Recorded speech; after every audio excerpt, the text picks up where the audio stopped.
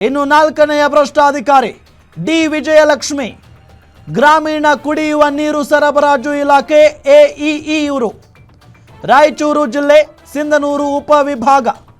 ಶೋಧ ನಡೆದ ಸ್ಥಳಗಳು ನಾಲ್ಕು ಸ್ಥಳಗಳು, ಇವರಿಗೆ ಸಂಬಂಧಪಟ್ಟಂತ 4 ಸ್ಥಳಗಳಲ್ಲಿ ಶೋಧ ಕಾರ್ಯಾಚರಣೆ ಆಯಿತು. ಒಟ್ಟು ಸ್ಥಿರ ಆಸ್ತಿಯ ಅಂದಾಜು ಮೌಲ್ಯ 3,68,48,000 ರೂಪಾಯಿ. 3,68,48,000 ರೂಪಾಯಿ ಒಟ್ಟು ಸ್ಥಿರ ಆಸ್ತಿಯ ಅಂದಾಜು ಮೌಲ್ಯ. ಇನ್ನು ಒಟ್ಟು ಚರ ಆಸ್ತಿಯ ಅಂದಾಜು ಮೌಲ್ಯ 40,82,434 ರೂಪಾಯಿ.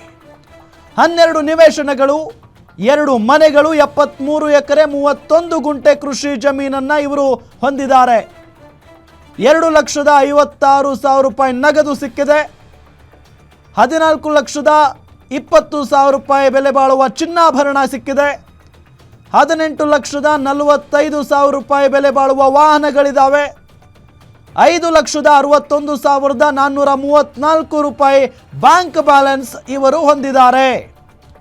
ಸೊ ನೋಡಿ, ಇವರೆಲ್ಲರಿಗೂ ಸಂಬಂಧಪಟ್ಟಂತ ಎಲ್ಲ ದಾಖಲಾತಿಗಳನ್ನು ಕೂಡ ಈಗ ಲೋಕಾಯುಕ್ತ ಪೊಲೀಸರು ವಶಕ್ಕೆ ಪಡೆದುಕೊಂಡಿದ್ದಾರೆ, ಪರಿಶೀಲನೆ ಮಾಡ್ತಾ ಇದ್ದಾರೆ.